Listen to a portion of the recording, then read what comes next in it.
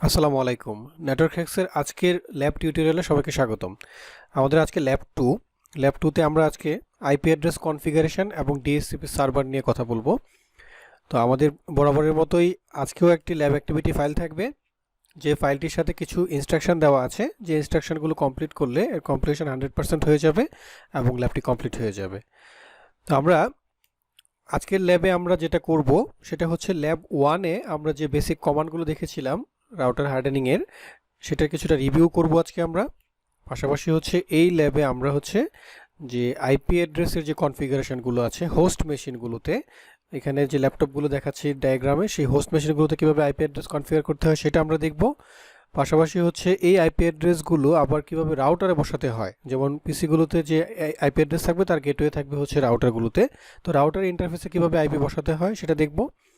পাশাপাশি হচ্ছে একটা সিসকো রাউটারে আমরা কিভাবে ডিএসসিপি সার্ভার কনফিগার করতে পারি সেই জিনিসটা আমাদের এই ল্যাবে থাকবে।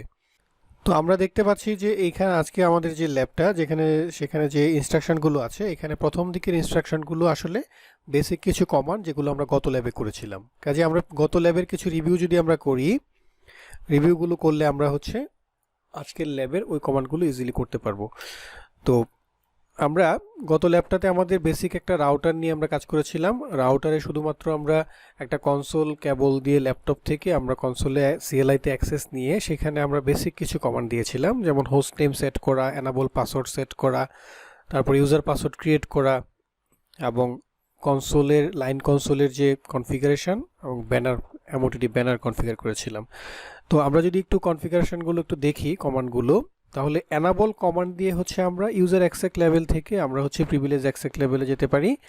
আর প্রিভিলেজ অ্যাক্সেস লেভেল থেকে আমরা যদি কনফিগার করতে চাই তাহলে আমাদেরকে গ্লোবাল কনফিগারেশন মোডে যেতে হয়, যার কমান্ড হচ্ছে কনফিগার টার্মিনাল। গ্লোবাল কনফিগারেশন মোডে এসে আমরা বিভিন্ন ধরনের কনফিগারেশনগুলো করে থাকি।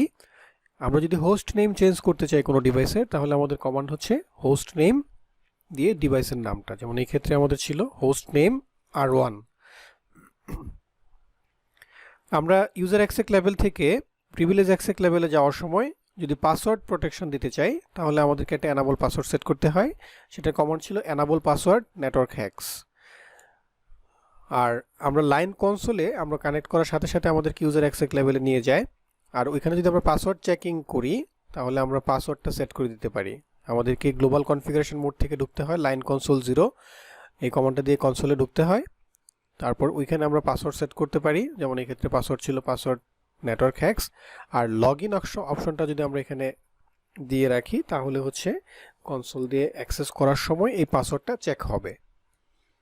তারপরে হচ্ছে সার্ভিস পাসওয়ার্ড এনক্রিপশন একটা কমান্ড আমরা গ্লোবালি দিলে আমরা যে পাসওয়ার্ডগুলো আমরা ইউজ করি সেই পাসওয়ার্ডগুলো কনফিগারেশন ফাইলে এনক্রিপ্টেড অবস্থায় থাকে।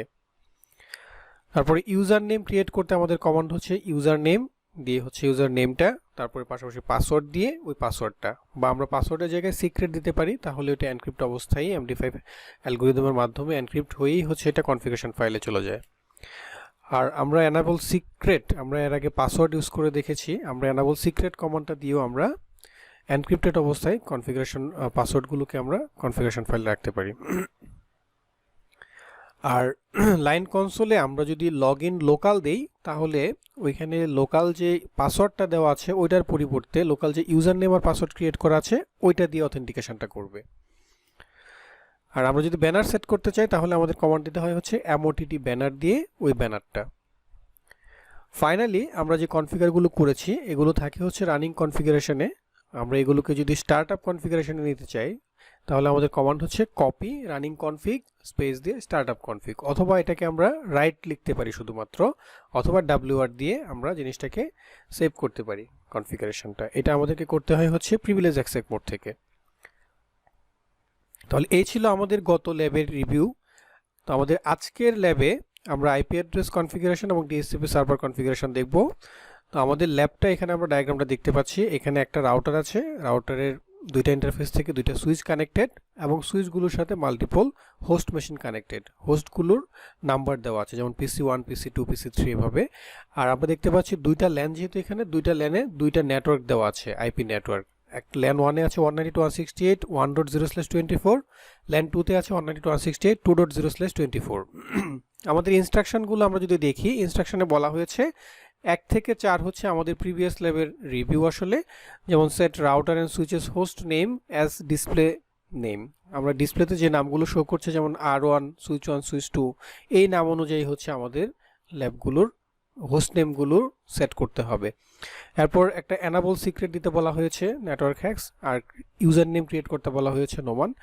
আর লাইন কনসোলে আমাদেরকে পাসওয়ার্ড ইউজ করতে হবে CCNA, আর এই পাসওয়ার্ডটা আমাদের এনক্রিপ্টেড অবস্থায় স্টোর হতে হবে কনফিগারেশন ফাইলে। তাহলে এই কনফিগারেশনগুলো আমরা প্রিভিয়াস ল্যাবে করেছি, তো এই ল্যাবে আমাদেরকে করতে হবে হচ্ছে 5 and 6। মূলত এটাই হচ্ছে আমাদের নতুন কাজ। যেমন configure IP addresses as per below plan, এখানে একটা প্ল্যান দেওয়া আছে। যেমন PC1-এ আপনার IP বলা হয়েছে যে নেটওয়ার্কটা দেওয়া আছে তার ফার্স্ট ইউজেবল IP। তো ফার্স্ট ইউজেবল IP আমরা এখানে নেটওয়ার্কটা পাচ্ছি কত, আমাদের নেটওয়ার্কটা হচ্ছে দেওয়া আছে এখানে 192.168.1.0/24। তো আমরা যদি এই নেটওয়ার্কটা নিয়ে চিন্তা করি, আমরা IP অ্যাড্রেসিং নিয়ে আমরা আলাদা ক্লাস আমরা আপলোড করেছি। যদি IP অ্যাড্রেসিং নিয়ে আরও ডিটেইল জানতে চান তাহলে আশা করি সেই ভিডিওগুলো দেখবেন। ডেসক্রিপশনে লিঙ্ক দেওয়া থাকবে এবং এখানেও আই বাটনে লিঙ্ক দেওয়া আছে। তো আমরা 192.168.1.0/24 এই যে একটা নেটওয়ার্ক, এই নেটওয়ার্কটার ভিতরে আসলে কতগুলো অ্যাড্রেস আমরা ইউজ করতে পারবো, কোন অ্যাড্রেসটা কিভাবে আমরা ইউজ করতে পারবো, সেই জিনিসটা যদি আমরা দেখি, আমরা যদি এই টেবলটা দেখি তাহলে আমি এখানে সবগুলো সম্ভব না। এখানে 192.168.1.0/24, 24 মিনস হচ্ছে নেটওয়ার্ক বিট হচ্ছে 24টা আর হোস্টের বিট হচ্ছে 8টা। 8টা হোস্ট বিট দিয়ে আমরা 2^8 মানে 256 অ্যাড্রেস পাই। তাহলে এই নেটওয়ার্কের ভিতরে আসলে 256টা অ্যাড্রেস আছে। তো আমরা জানি আমরা 256টা অ্যাড্রেস যদি এখানে আমরা লিখি তাহলে আসলে আমি এইভাবে লিখতে পারি, ফার্স্ট অ্যাড্রেসটা হবে 192.168.1.0, তারপর সেকেন্ড অ্যাড্রেসটা হবে 1.1, থার্ড হবে 1.3, এভাবে লিখতে লিখতে 10th অ্যাড্রেস হবে হচ্ছে 1.9, 11th অ্যাড্রেস হবে 1.10, এভাবে যেতে যেতে আমাদের লাস্টের অ্যাড্রেসটা হবে 192.168.1.255, লাস্টের আগেরটা হবে 1.254। তো আমরা জানি IPv4 এর ক্ষেত্রে প্রথম যে অ্যাড্রেসটা থাকে সেটা আসলে নেটওয়ার্ক অ্যাড্রেস এবং লাস্টের অ্যাড্রেসটা থাকে কি ব্রডকাস্ট অ্যাড্রেস। আমরা এই দুইটা অ্যাড্রেস ইউজ করতে পারি না। আমাদের ফার্স্ট ইউজেবল অ্যাড্রেস হচ্ছে এই নেটওয়ার্ক অ্যাড্রেসের পরের যে অ্যাড্রেসটা, তার মানে এই নেটওয়ার্কের ক্ষেত্রে ফার্স্ট ইউজেবল অ্যাড্রেস হচ্ছে 192.168.1.1, যেটা আসলে সেকেন্ড অ্যাড্রেস বাট এটা ফার্স্ট ইউজেবল অ্যাড্রেস। তো আমাদের কোয়েশ্চেনে বলা হয়েছে PC1-এ আমরা ফার্স্ট ইউজেবল আইপিটা ইউজ করব। তাহলে ফার্স্ট ইউজেবল আইপি মানে হচ্ছে আমাদের যে ফার্স্ট ইউজেবল আইপি হচ্ছে সেকেন্ড অ্যাড্রেসটা 192.168.1.1। তারপরে আমাদেরকে PC2-তে ইউজ করতে বলা হয়েছে 11th আইপি। আমাদেরকে 11 ইউজেবল আইপি বলা হয়নি, বলা হয়েছে 11th আইপি। তাহলে 11th আইপি আসলে এখানে 192.168.1.10, এটা আসলে 10th usable IP, but IP সংখ্যা যদি আমরা চিন্তা করি এটা 11th আইপি। এখানে আসলে এটা খুবই একটু ট্রিকি করা হয়েছে জাস্ট আইপি অ্যাড্রেসের কনসেপ্টটা বোঝার জন্য। এর পরবর্তীতে PC3-তে বলা হয়েছে 100th ইউজেবল আইপি। তাহলে 100th ইউজেবল আইপি মানে হচ্ছে 1.100, আর বলা হয়েছে use last usable IP as default gateway. তাহলে লাস্ট ইউজেবল আইপিটাকে আমাদের ডিফল্ট গেটওয়ে মানে আমরা রাউটারে যে আইপিটা বসাবো সেখানে বসাতে বলা হয়েছে, আর এই ক্ষেত্রে লাস্ট ইউজেবল আইপি হচ্ছে 192.168.1.254। তাহলে এই হচ্ছে আমাদের 5 নম্বর ইনস্ট্রাকশনের যে আইপির যে অ্যালোকেশনটা। তো আমরা যদি এটাকে একটু সামারি করলে আমরা PC1-এ 192.168.1.1, PC2-তে হচ্ছে 1.10, PC3-তে হচ্ছে 1.100, আর গেটওয়ে রাউটারে আমরা বসাবো হচ্ছে 1.254। সো আমরা এইভাবে আমাদের ল্যাবে যখন কনফিগার করব আমাদের এই অ্যাড্রেসিং স্কিমটা আমাদেরকে নিতে হবে, এই প্ল্যানটা অনুযায়ী আমাদের ওইখানে কনফিগার করতে হবে। আচ্ছা, কোয়েশ্চেনে যদি আমরা দেখি, আর বলা হয়েছে এখানে ডিএনএস হিসেবে আমাদেরকে 8.8.8.8 এই আইপিটাকে ইউজ করতে বলা হয়েছে।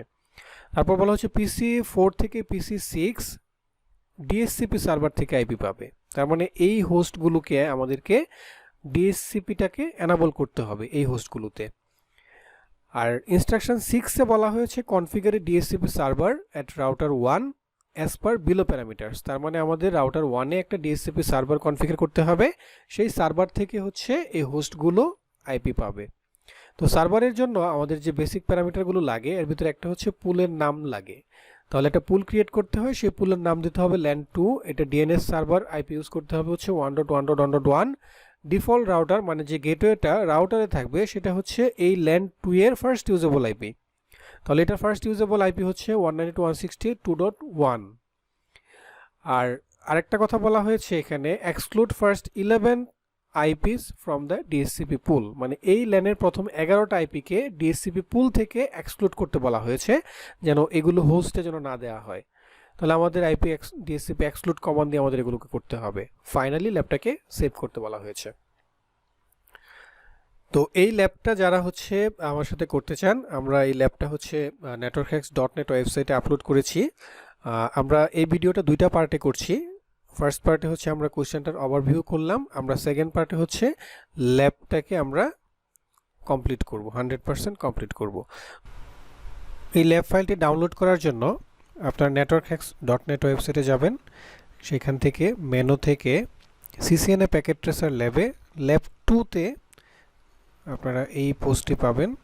এখান থেকে নিচে ডাউনলোড লিঙ্ক দেওয়া আছে, ডাউনলোড প্যাকেট ট্রেসার অ্যাক্টিভিটি ল্যাব-2। তো ল্যাবটি ডাউনলোড হয়ে যাবে, কোথাও সেভ করে আপনারা এই ফাইলটিতে কাজ করতে পারবেন। আমরা যদি প্যাকেট ট্রেসারটা অন করি তাহলে আমরা এই ল্যাব ফাইলটা দেখতে পারবো।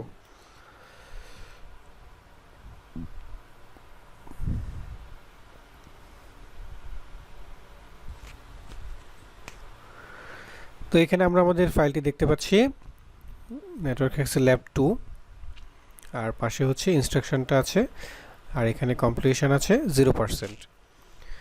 তো আপনারা সবাই এটি ডাউনলোড করে প্রথম একটা ট্রাই দিতে পারেন, অথবা নতুন যে কনফিগারেশনগুলো আছে এগুলো যদি নাও পারেন, অন্তত প্রিভিয়াস ল্যাবের যে কনফিগারেশনগুলো আছে এগুলো কনফিগার করে রেডি করে রাখতে পারেন। আমরা সেকেন্ড পার্টের ভিডিওটা খুব শীঘ্রই দিয়ে দিব। তো আমরা আশা করব এর ভিতরে আপনারা এই ল্যাবটা ডাউনলোড করে কনফিগার শুরু করে দিবেন। ভিডিওটি দেখার জন্য সবাইকে ধন্যবাদ। নেক্সট ভিডিও দেখার জন্য অনুরোধ রইল। সে পর্যন্ত ভালো থাকবেন। ধন্যবাদ সবাইকে।